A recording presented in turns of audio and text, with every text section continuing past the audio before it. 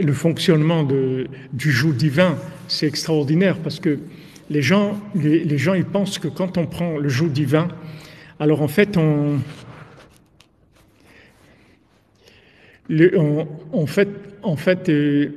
ils pensent qu'ils prennent un joug comme le joug de quelque chose de matériel. Disons, quelqu'un, il fait un travail maintenant, ou par exemple, il a loué un magasin pour faire du commerce. Donc, il doit payer le loyer, il doit payer l'électricité, il doit payer les charges, il doit acheter de la marchandise. Et voilà, il prend des charges sur lui. C'est-à-dire, donc, c'est quelque chose qui l'alourdit, c'est quelque chose qui le rentre dans le lieu plus, puisqu'il a pris sur lui des paquets, comme on dit. Comme on dit Rabbi Nathan, pourquoi le commerce on appelle massa ou matan? Massa, ça veut dire une charge, et matan, ça veut dire donner cette charge. Rabbi Nathan, il dit que le commerce, c'est que quand on achète de la marchandise, il faut s'en débarrasser le plus vite possible. C'est comme ça qu'on gagne.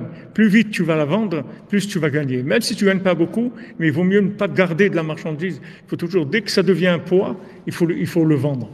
Maintenant, nous, on pense que quand on prend le joug de la Torah, c'est-à-dire qu'on écoute ce que le tzaddik nous dit de faire. Il nous dit, voilà, lève-toi chatzot, fais des doutes, etc. Nous, on croit qu'on prend quelque chose sur nous qui va être une charge. Mais en fait, c'est complètement faux. C'est-à-dire, ce qu'on prend, c'est une décharge, en fait. C'est pas une charge. Ça vous décharge, en fait. C'est-à-dire, non seulement ça va pas être une charge, mais ça va porter vos charges à vous. Puisque c'est nosé et nosav.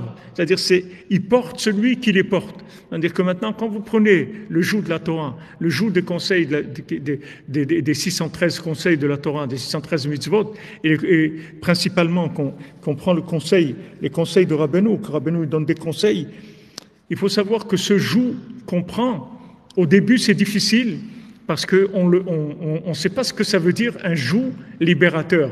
Pour nous, un joug, c'est un paquet. Comment je vais me sentir plus léger quand si je mets un sac à dos sur moi qui pèse 20 kilos, comment je vais me sentir plus léger?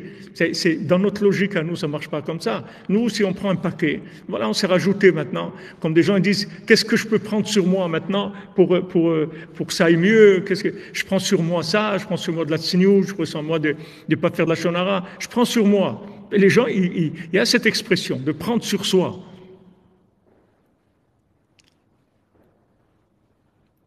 Des monts de charge, voilà ce qu'on vous dit, comme vous dites, des monts de charge. C'est-à-dire qu'en fait, on prend des paquets sur nous. On croit que ça aussi c'est un paquet, mais c'est pas un paquet. C'est pas un paquet, c'est une charge qui porte celui qui la porte. C'est le contraire. C'est-à-dire, plus tu vas prendre de cette charge-là, et plus tu vas être déchargé de toutes les difficultés de ce monde. De toutes les difficultés. Plus tu vas prendre le joug d'Hachem, le joug de la Torah, le joug des conseils du tzaddik, et plus tu vas alléger ta vie. Tu vas sortir de la lourdeur de l'endroit et de la pesanteur de l'endroit et des influences de l'endroit, de la manipulation de l'endroit. Puisque l'endroit, il entraîne un comportement, comme on l'a vu dans le Baal Tefila. Ils ont choisi des endroits qui correspondaient à leur comportement. Parce que l'endroit, il entraîne un comportement. Maintenant, si tu veux sortir de cet esclavage-là, qui est lié avec le lieu, il faut que tu sortes du lieu. Comment tu vas sortir du lieu? Tu vas vivre dans une soucoupe volante. Comment tu vas sortir du lieu? Tu vas habiter dans une soucoupe qui tourne toute la journée. Tu peux pas. Tu peux pas vivre dans une soucoupe volante. Comment tu vas sortir du lieu? Alors voilà, la Torah nous dit, prends sur toi le joug de la Torah. Prends sur toi le joug des conseils du tzaddik, que lui, il est bossu, qui s'est plié complètement pour amener pour toi ces conseils-là. Prends le joug des conseils et tu vas t'enlever tous les jougs du monde. Tu vas t'enlever tous les paquets, tous les poids du monde, tout ce qui pèse sur toi, tu vas l'enlever. On se décharge. En fait, c'est une charge qui décharge. C'est le contraire de la charge. C'est-à-dire, si vous voulez vous décharger, il faut vous charger avec ça. Vous vous chargez avec ça, et avec ça, ça vous décharge. Oui, c'est de l'humilité, c'est vrai. Quelqu'un de humble, c'est quelqu'un qui prend sur lui des choses. Il répond pas, il réagit pas, il veut pas faire de mal, etc. Il prend sur lui. Donc, Rabbeinu, les conseils qu'il nous donne, c'est des conseils de décharge. C'est-à-dire, c'est des charges qui vous déchargent. Donc, au début, c'est quelque chose de difficile parce qu'on ne sait pas ce que c'est une charge qui décharge. Pour nous, toutes les charges, c'est des poids. Vous ne pouvez pas imaginer que vous mettez un poids sur vous et vous dites « Oh, je me sens léger ». C'est pas possible. Vous avez mis un poids de 20 kilos, vous dites « Je me sens plus léger », allez, on me prend pour un fou.